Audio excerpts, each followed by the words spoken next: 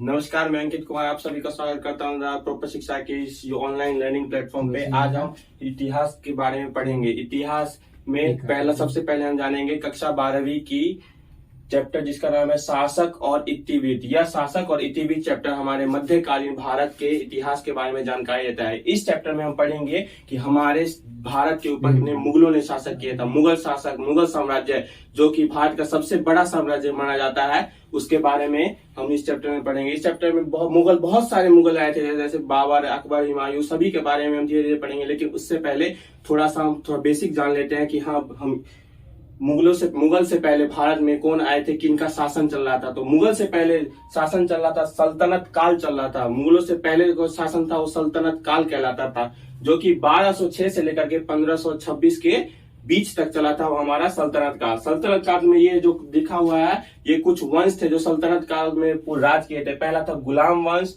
फिर आया था खिलजी वंश, फिर आया था तुगलक वंश, फिर आया था सैयद वंश, फिर आया था लोधी वंश। लोधी वंश जो था 1526 में आया था। इसके जो संस्थापक थे वो इब्राहिम लोधी थे। इब्राहिम लोधी ने ही अंत में आकर के, बाबर जब आया था फरनामा से, तो उन्होंने इब्राहिम लोधी को पानीपत का जो प्रथम युद्ध हुआ था उसी में हरा करके अपना शासन किया था भारत के ऊपर, और वहीं से मुगल साम्राज्य की स्थापना हुई थी भारत के अंदर में।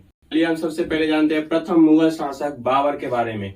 मुगल वंश टोटल 1526 से लेकर के 1857 तक चला था। 1857 वह समय है जब जाकर के हमारे भारत पर अंग्रेजों का कब्जा हो गया था। तब तक पूरा सिर्फ और सिर्फ मुगलों का शासक चला था हमारे भारत में। पूरा का पूरा सारा का सारा मुगल वंश ही चलता था उस समय। तो सबसे पहले आया था बाबर, जो कि 1526 ईस्वी से लेकर 1530 ईस्वी तक भारत पे राज किया था। यानी कि पूरे के पूरे 4 वर्ष उसने भारत पे राज्य किया था। ये आया था फरगाना राज्य से। फरगाना जो कि उज्बेकिस्तान के पास एक राज्य पड़ता है, वहीं से फरगाना से बाबर आया था हमारे भारत में। जब वो प्रथम बार भारत आया था तो उस समय चल रहा था काल किसका, इब्राहिम लोधी का। तो उसने इब्राहिम लोधी को आकर के 1526 में दिल्ली के सुल्तान इब्राहिम लोधी को पानीपत का प्रथम युद्ध जो हुआ था 1526 में, डेट हमेशा आप लोग याद रखिएगा, 1526 में पानीपत का युद्ध लड़ा गया था पहला, इब्राहिम लोधी और बाबर के बीच में। तो 1526 के युद्ध में बाबर ने इब्राहिम लोधी को हटा करके और अपना